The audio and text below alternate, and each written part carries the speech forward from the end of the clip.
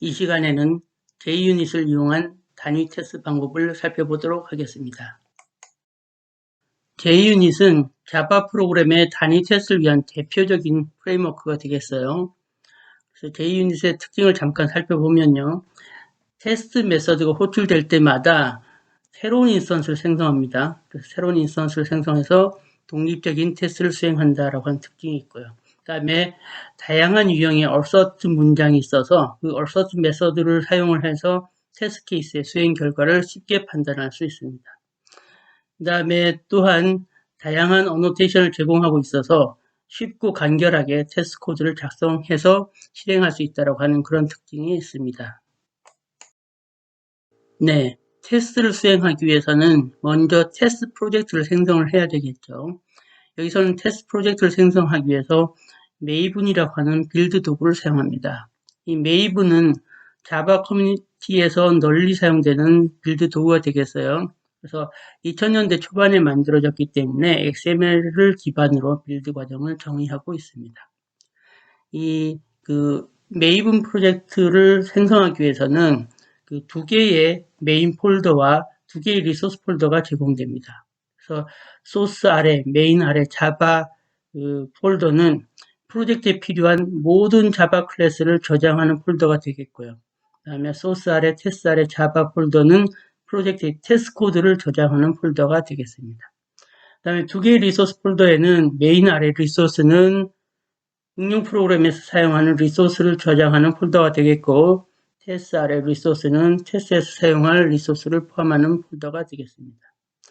그러면 프로젝트를 생성하는 그 과정을 볼까요? 이클립스에서 파일 메뉴를 선택한 다음에 New를 선택을 하고요. 보통은 지금까지 여러분들이 그 프로젝트를 생성할 때 자바 프로젝트를 생성을 했기 때문에 자바 프로젝트를 선택을 했는데 여기에서는 메이븐 프로젝트를 생성을 해야 되니까 프로젝트 점점점 요 메뉴를 선택을 하면 되겠어요. 그러면 그 다음에 위저드를 선택하는 창이 뜨게 되는데 거기에서 메이븐 프로젝트를 선택을 하고요. 그러면 또 다른 창이 뜨게 되는데 거기에서 체크박스에 심플 프로젝트를 선택을 해서 그 프로젝트를 생성할 준비를 마치면 또 다른 이제 창이 뜨게 됐을 때 그때 그룹 아이디와 아티팩트 아이디를 입력을 하게 되면 기본적인 메이븐 프로젝트가 생성되게 되겠습니다. 방금 전에 언급한 메이븐 프로젝트의 디렉토리 구조를 요약하면 다음 그림과 같습니다. 여기 보시면 메인 아래에 자바와 리소스 폴더가 있죠. 테스트 아래에 자바와 리소스 폴더가 있는 것을 확인할 수 있습니다. 여기에서 home.xml 파일은 응용 프로그램 빌드에 필요한 그런 과정을 XML로 정의해 놓은 파일이 되겠습니다. 그러면 지금부터 구체적인 테스트 메서드를 정의하기 위한 과정을 살펴보도록 하겠습니다. 여기에서 기준으로 삼고 있는 JUnit 버전은 JUnit 4입니다. 먼저 테스트 코드의 위치입니다. 빌드 도구에서는 여기서는 이제 메이븐을 쓰고 있죠. 여러분들이 그레이드를 써도 마찬가지예요. 소스 메인 자바 폴더에 응용 프로그램 클래스를 저장한다고 했었죠. 그다음에 소스 테스트 자바에 그 테스트 클래스를 저장한다고 했었죠. 그러니까 테스트 코드 위치는 바로 이 폴더가 되겠죠. 계속해서 테스트 클래스와 메서드를 생성하기 위한 절차를 살펴보도록 하죠. 여러분들이 이클립스에서 왼쪽에 그 패키지 탐색 창에서 그 소스 테스트 자바 요 위치에서 마우스 오른쪽 버튼을 클릭하면 이제 풀다운 메뉴가 뜨겠죠. 거기서 New를 선택을 하고 다시 JUnit 테스트 케이스를 선택을 하면 이제 기본적으로 클래스 생성에 필요한 정보를 입력하는 창이 뜨게 됩니다. 그래서 기본적인 정보를 입력해주면 테스트 클래스가 생성되겠고요. 또한 테스트 메서드도 생성됩니다. 이때 생성된 테스트 메서드 형태는 다음 그림과 같아요. 테스트라고 하는 어노테이션이 붙고요. 테스트 메서드 이름은 테스트입니다. 이 이름은 여러분들이 나중에 바꿔주면 되겠어요. 그 다음에 fail이라고 하는 얼싸선 문장이 위치하게 됩니다. 이 얼싸선 문장은 나중에 여러분들이 다른 얼싸선 문장을 삽입하게 될 때 그 얼싸선 문장이 위치하게 되는 일종의 플레이스 홀더 역할을 하게 되는 거죠. 그래서 이런 형태로 테스트 메서드가 생성된다라는 거죠. 계속해서 테스트 메소드의 구성에 대해서 살펴보도록 하겠습니다. 테스트 메소드는 테스트라고 하는 어노테이션이 붙습니다. 여기 볼까요? 여기에는 테스트 메소드가 두 개가 있어요. 하나는 테스트 sum, 하나는 테스트 sort인데 다 이렇게 테스트라고 하는 어노테이션이 붙어 있죠. 즉 단위 테스트 메소드임을 나타냅니다.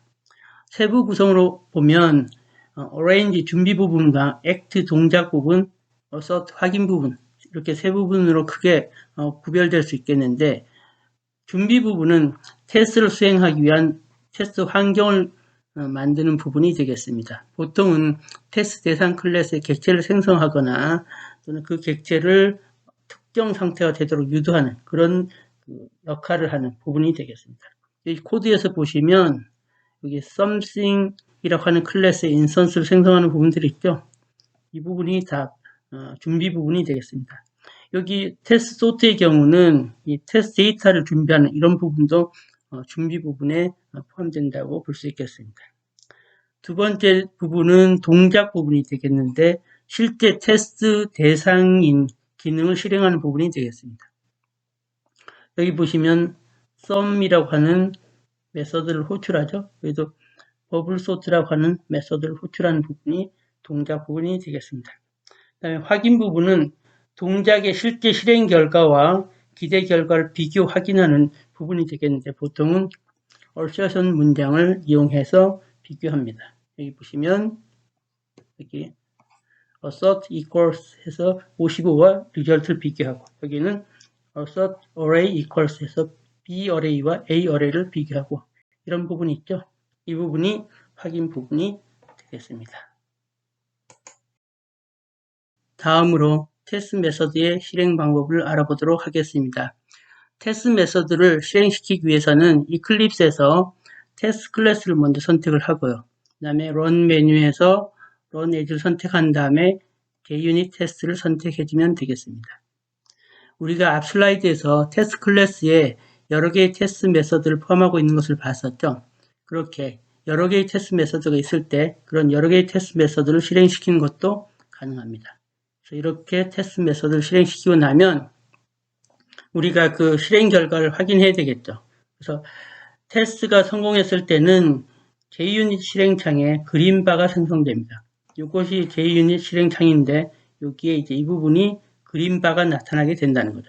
테스트가 실패했을 때는 이 JUnit 실행창에 지금 보시는 바와 같이 레드바가 나타나게 되겠고요. 또한 페일리어 부분에 실패한 테스트 메서드의 개수가 표시됩니다. 여기도 보시면 페일리어 부분에 실패한 테스트 메서드의 개수가 표시되죠. 그러니까 전체 테스트 메서드가 두 개가 실행됐는데 그 중에 하나가 실패했다라는 얘기가 되겠어요. 그래서 그 자세한 부분은 여기 sum test라고 하는 테스트 클래스를 펼쳐보면 그 중에서 테스트 sum이라고 하는 메서드는 성공했고 테스트 sort라고 하는 메서드가 실패했음을 이렇게 X 표시로 표시해 준다는 거죠. 그래서 그 실패 이유는 여기 failure trace를 보면 또 자세히 나와 있습니다. 이때 이 failure라고 하는 것은 이 테스트 코드에 있는 assertion 부분이 실패하면 이 failure가 발생하게 됩니다. 사실 이 assertion이라고 하는 것은 테스트 대상의 그러니까 테스트 대상 소프트웨어의 그 실행 결과와 그것을 실행했을 때 기대하는 기대값을 이제 비교하는 부분이 assertion이죠. 따라서 assertion이 실패했다는 것은 그 테스트 대상의 그 실행 결과와 기대값이 다르다는 얘기가 되겠습니다. 그래서 결국 테스트 대상 소프트웨어가 올바른 결과를 내지 못했다라는 것을 의미하는 것이 되겠죠. 그러면 지금부터 assert 구문에 대해서 살펴보도록 하겠습니다. assert 구문은 어떤 연산의 결과와 예상한 결과를 비교하기 위한 목적으로 사용합니다. 여러 가지 assert 구문이 존재하는데 각각에 대해서 한번 살펴보도록 하죠. 제일 먼저 fail입니다. 이 fail이라고 하는 assert 구문은 이 용도를 보시면 메소드 실행 결과를 실패로 만든다라고 그 용도가 기술되어 있는데 사실은 이거보다는 테스트 코드를 구현하기 전에 플레이스홀더로 활용하는 그 목적으로 더 많이 사용합니다. 우리 앞에서 여러분들 그 테스트 메서드를 제일 처음 생성했을 때 그 테스트 메서드에 fail이라고 하는 assert 구문이 포함된 걸 봤었죠. 바로 그 위치에 테스트 코드와 assert 구문이 나타나야 된다라고 하는 것을 나타내는 플레이스홀더로서 활용된다는 거죠. 다음으로 assert equals가 있는데 여기엔 두 가지가 존재합니다. 하나는 message expected actual을 인자로 갖는 경우고 또 하나는 message expected actual 델타를 인자로 갖는 경우라는 거죠. 그래서 위의 경우는 두 값이 같은지 테스트를 해요. 같지 않으면 실패입니다. 만일 실패하면 이 메시지에 기술된 내용이 출력되는 거죠. 물론 이 메시지는 생략 가능합니다. 아래의 경우는 그 두 값을 비교를 하는데 두 값이 정확하게 일치하는지를 우리가 따지기 어려울 때 보통 어때요? 그 플로트 타입이나 더블 타입의 값은 어때요? 정확하게 일치하는 걸 비교하는 것을 보통 금하고 있죠. 바로 그런 경우에 델타 범위 내에서 두 값이 같은지를 비교하는 그런 테스트 목적으로 사용하는 assert 구문이 되겠습니다. 다음으로 assert array equals는 배열 A와 B가 일치하는지 테스트하는 목적으로 사용하는 assert 구문이 되겠죠.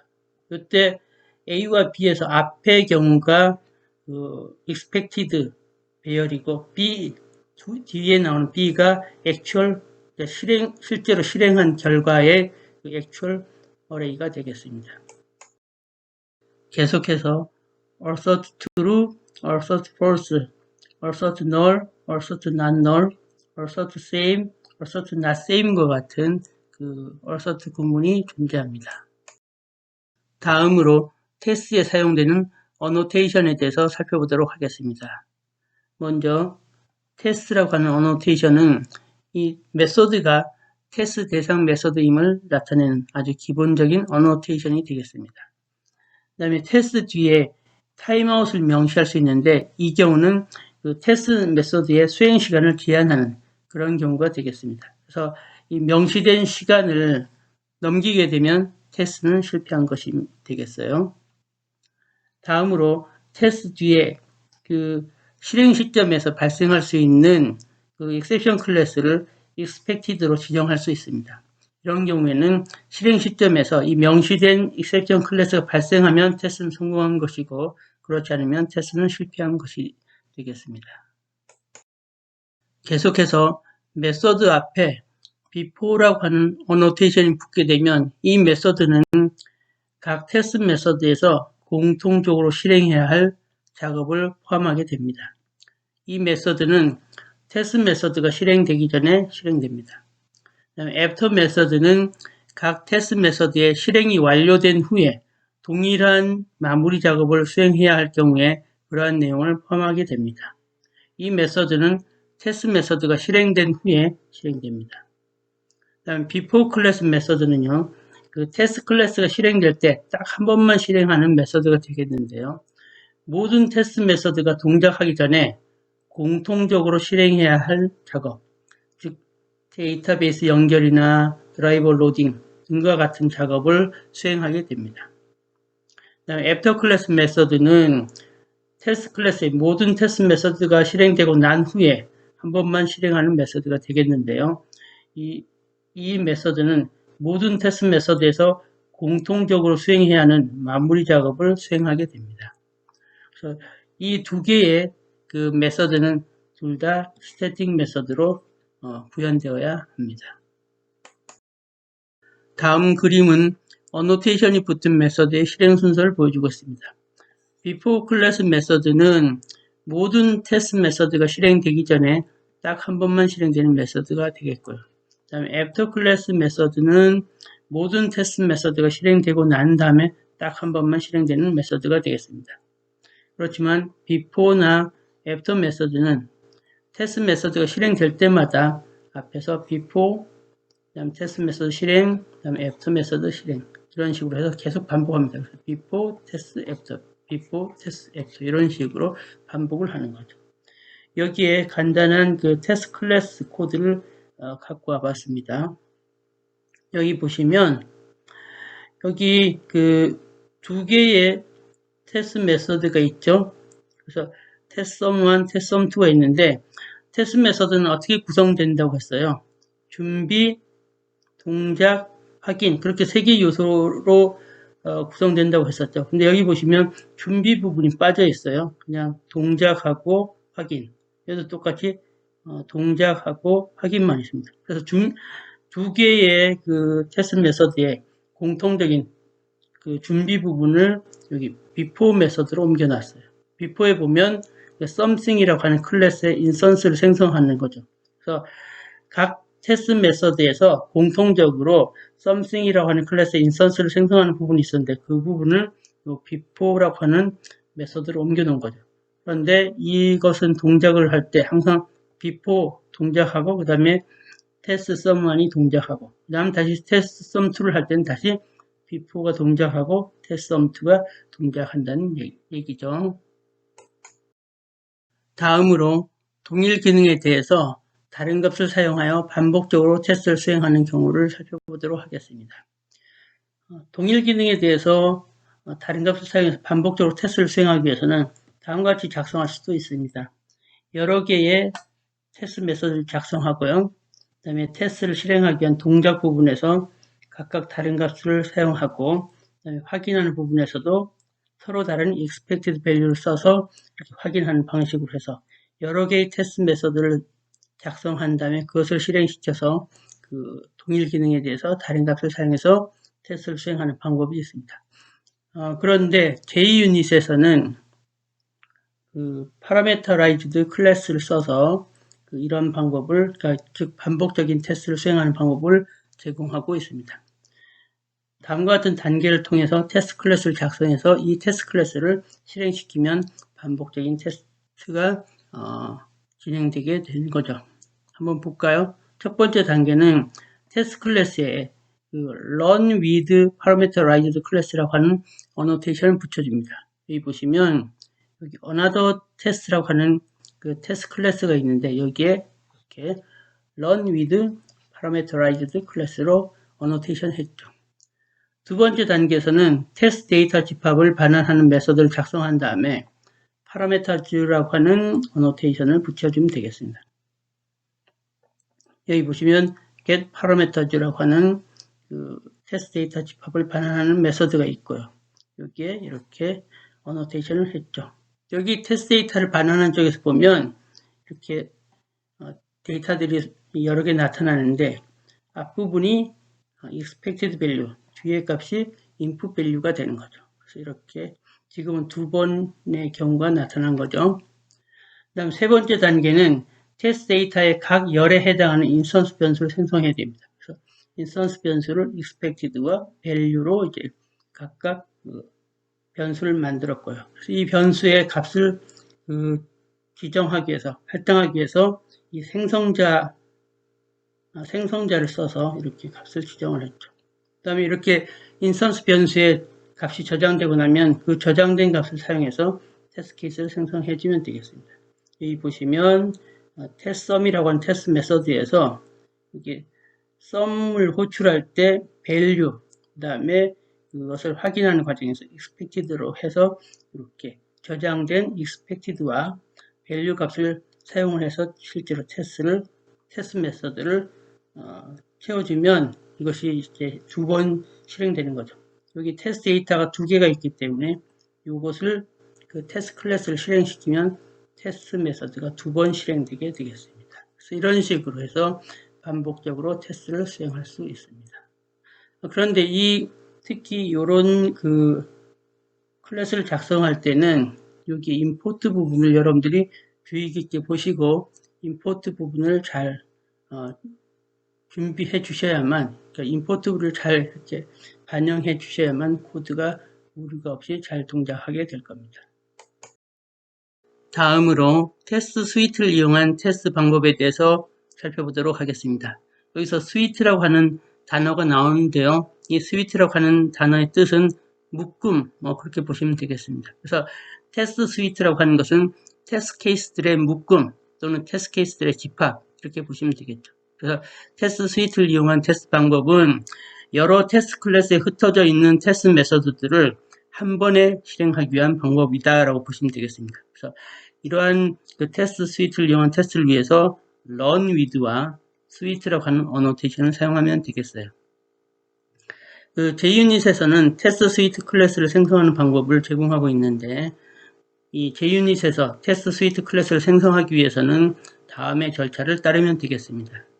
그 패키지 탐색창에서 소스 테스트 자바에서 마우스 오른쪽 버튼을 클릭하면 그 다음에 뉴 메뉴를 선택하고 다시 거기서 JUnit 테스트 스위트를 선택한 다음에 그러면 이제 새로운 창이 떠요.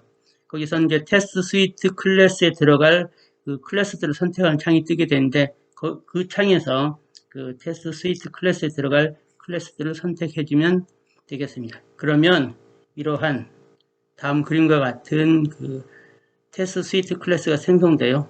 여기서 테스트 스위트 클래스는 all 테스트가 그 테스트 스위트 클래스가 되겠고요.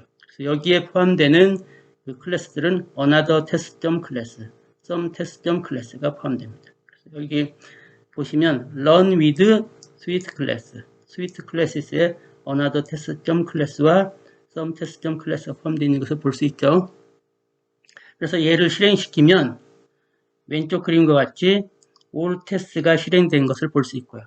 이것을 펼쳐보면 another test와 some test가 실행된 것을 볼 수 있습니다.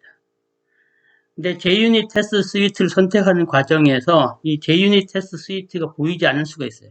그럴 때는 여러분들이 other를 선택한 다음에 위저드를 선택하는 창에서 자바를 선택하고 다시 JUnit을 선택하고 거기서 JUnit 테스트 스위트를 선택해주면 되겠습니다. 지금부터는 코드 커버리지에 대해서 살펴보도록 하겠습니다. 코드 커버리지는 테스트 집합이 서브지의 소스 코드를 얼마나 테스트했는가를 가리키는 척도가 되겠습니다. 여기에서 테스트 집합이라고 하는 것은 테스트 케이스들의 집합, 테스트 케이스들의 묶음이 되는 거죠. 그래서 달리 얘기하면 테스트 스위트가 되겠어요. 그래서 코드 커버리지는 100%를 달성하는 것은 매우 어려울 수 있습니다. 그래서 보통은 70에서 90% 정도를 커버하는 것을 목표로 정하는 것을 권장하고 있습니다. 자바에서 널리 사용되는 커버리지 도구에는 자코코, 엠마, 코베르투라가 있는데 이번 수업에서는 자코코를 중심으로 한 커버리지 측정 방법에 대해서 살펴보도록 하겠습니다. 이클립스에서 자코코를 이용한 커버리지 측정 방법에 대해서 살펴보도록 하겠습니다. 커버리지를 측정하기 위해서는 다음과 같이 실행을 하여야 합니다. 먼저 테스트 클래스를 선택하고 run 메뉴를 선택한 다음에 그래서 커버리지 메뉴를 선택하면 커버리지가 측정되게 되겠습니다. 이렇게 측정된 커버리지를 확인하기 위해서는 이 다음 그림과 같이 하단에 생성된 커버리지 창을 통해서 그 커버리지 측정 값을 확인하면 되겠어요. 디폴트로는 프로젝트 전체에 대한 커버리지 측정 값이 나옵니다. 즉 여기서 보면 서메이션 테스트가 프로젝트가 되겠는데 이 프로젝트 전체에 대한 커버리지 측정 값이 처음에는 나온다는 거죠. 이 프로젝트 전체에 대한 커버리지 측정 값은 큰 의미가 없습니다. 왜냐하면 여기에는 이렇게 테스트 코드도 포함되기 때문인데 우리가 관심이 대상이 되는 것은 테스트 대상 소프트웨어인 거죠. 그래서 그렇게 테스트 대상 소프트웨어에 대한 그 커버리지 측정 값을 보려고 하면 이 프로젝트를 펼친 다음에 이렇게 소스 메인 자바에서 원하는 자바 파일을 선택해서 커버리지를 확인하면 되겠습니다. 그래서 우리가 지금 관심이 대상이 되는 그 자바 파일은 test_sum.java라고 하면 이 파일에 대해서 펼쳐서 이렇게 그 커버리지 측정 값을 확인하면 되겠죠. 이전 슬라이드에서 테스트 대상 소프트웨어에 대한 커버리지 측정 값을 확인하는 방법에 대해서 살펴봤는데요. 좀 더 그 상세한 커버리지 측정 값을 확인하기 위해서는 다음과 같은 절차를 진행하면 되겠습니다. 여기서 먼저 하단에 생성된 커버리지 창에서 프로젝트를 펼친다. 그 다음에 그 소스 메인 자바에서 원하는 자바 파일을 선택한다. 이 두 단계는 이미 앞에서 이제 했던 단계가 되겠고요. 세 번째 단계로 그 원하는 파일을 선택한 다음에 마우스 오른쪽 버튼을 클릭하면 풀다운 메뉴가 뜨게 되는데 그 메뉴에서 프로퍼티즈라고 하는 메뉴를 선택을 하면 이 다음 그림과 같은 프로퍼티 창이 뜹니다. 여기에서 이렇게 커버리지를 이제 선택을 하면 다음 그림과 같이 상세한 커버리지 내용이 이제 보인다는 거죠. 그래서 이걸 통해서 테스트 대상 소프트웨어에 대한 상세한 커버리지 측정 값을 확인할 수 있겠습니다. 자코코는 여러 개의 카운터를 사용해서 커버리지 매트릭스를 계산하고 있는데요. 여기서 사용하는 카운터에는 instruction, branch, line, 메소드 등이 있습니다. 자세한 설명은 다음 슬라이드에서 설명하도록 하죠. 그러면 자코코의 코드 커버리지 측정 기준에 대해서 살펴보도록 하겠습니다. 먼저 인스트럭션 커버리지입니다. 인스트럭션 커버리지에서는 최소 단위인 자바 바이트 코드의 인스트럭션을 측정합니다. 여기서 측정된 커버리지는 실행되었거나 누락된 코드의 양에 대한 정보를 제공합니다. 여기 한번 볼까요? 여기에서 보면 그 테스트 대상 클래스는 63개의 인스트럭션을 갖고 있고요. 이 중에서 24개 인스트럭션이 커버돼서 커버리지율은 38.1%다라고 하는 것을 보여주고 있습니다. 다음으로 브랜치 커버리지입니다. 브랜치 커버리지에서는 모든 if와 스위치 문장에 대한 분기 커버리지를 계산합니다. 여기서는 커버리지를 측정하기 위해서 메소드에서 분기의 총수를 센 다음에 실행되거나 누락된 분기의 수를 측정합니다. 이때는 예외 처리는 분기로 간주되지 않습니다. 예를 들어서 if문 볼까요? if문은 제어 흐름이 이런 식으로 흘러가죠. 그래서 여기에서 if문일 경우에는 분기의 개수가 2개입니다. 그 다음에 제어 흐름이 true 경로로만 흘러갔다라고 하면은 그 하나의 분기만이 커버된 것으로 계산하는 거죠. 그 다음에 for문이나 while문 같이 반복문의 경우는 어때요? 이 경우는 그 루프 안으로 들어가는 제어 흐름과 루프를 벗어나는 흐름이 있죠. 그래서 이 경우에도 분기의 개수는 2개입니다. 그 다음에 라인 커버리지 볼까요? 라인 커버리지에서는 개별 라인, 즉 실행문에 대한 커버리지 정보를 계산합니다. 이때 라인에 할당된 하나 이상의 인스트럭션이 실행된 경우에 이 소스 라인은 실행된 것으로 간주합니다. 그 다음 메소드 커버리지 보도록 하겠습니다. 메소드 커버리지에서는 하나 이상의 인스트럭션이 실행되었을 때 그 메소드는 실행된 것으로 간주됩니다. 이때 메소드 커버리지를 계산할 때는 테스트 대상 클래스가 포함하고 있는 그 메소드 개수뿐만 아니라 테스트 대상 클래스의 생성자 메소드나 또는 스태틱 이니셜라이저도 메소드로 카운트 된다는 것이죠. 그래서 여기 보시면 메소드의 개수가 4개예요. 그 중에서 이제 2개가 커버됐으니까 커버리지율은 50%인데 이때 그 4개라고 하는 것은 이 테스트 대상 클래스가 3개의 테스트 메소드를 갖고 있고 그 다음 테스트 대상 클래스의 생성자 해서 그렇게 4개가 카운트 된다는 것이죠. 네, 이전 슬라이드에서 자코코의 코드 커버리지 측정 기준과 실제로 코드 커버리지를 측정한 사례를 살펴봤습니다. 자코코는 코드 커버리지 측정 기능을 제공해 줄 뿐만 아니라 다음과 같이 특정 테스트 입력에 대해서 테스트 대상 코드의 어떤 부분이 커버되었고 어떤 부분이 커버되지 않았는지에 대한 정보도 표시해 줍니다. 특히 브랜치 커버리지의 경우에는 결정 포인트를 강조해서 표시해 주고요. 라인 커버리지의 경우에는 소스 코드 라인을 강조해서 표시해 줍니다. 그러면 구체적으로 살펴보도록 하죠. 분기문에서 실행된 분기가 없을 때는 빨간 다이아몬드로 표시해 주고요. 분기문에서 분기 일부만 실행되었을 때는 노란 다이아몬드, 분기문의 모든 분기가 실행되었을 때는 녹색 다이아몬드로 표시해 줍니다. 여기 코드를 보면요. 여기는 노란 다이아몬드고 여기는 녹색 다이아몬드죠. 7번 문장의 if문의 경우에는 true 경로와 false 경로 중에서 하나의 경로만 이제 실행되었다라는 것을 의미하죠. 그에 비해서 17번 문장의 if문은 true 경로와 false 경로가 모두 실행되었음을 의미하는 거죠. 그 다음에 그 라인 커버리지에서도 보면 라인에서 실행된 명령이 없을 때는 빨간색 배경, 라인 내 명령의 일부만 실행되었을 때는 노란색 배경, 라인의 모든 명령이 실행되었을 때는 녹색 배경으로 표시해 줍니다. 여기 4번 문장 볼까요?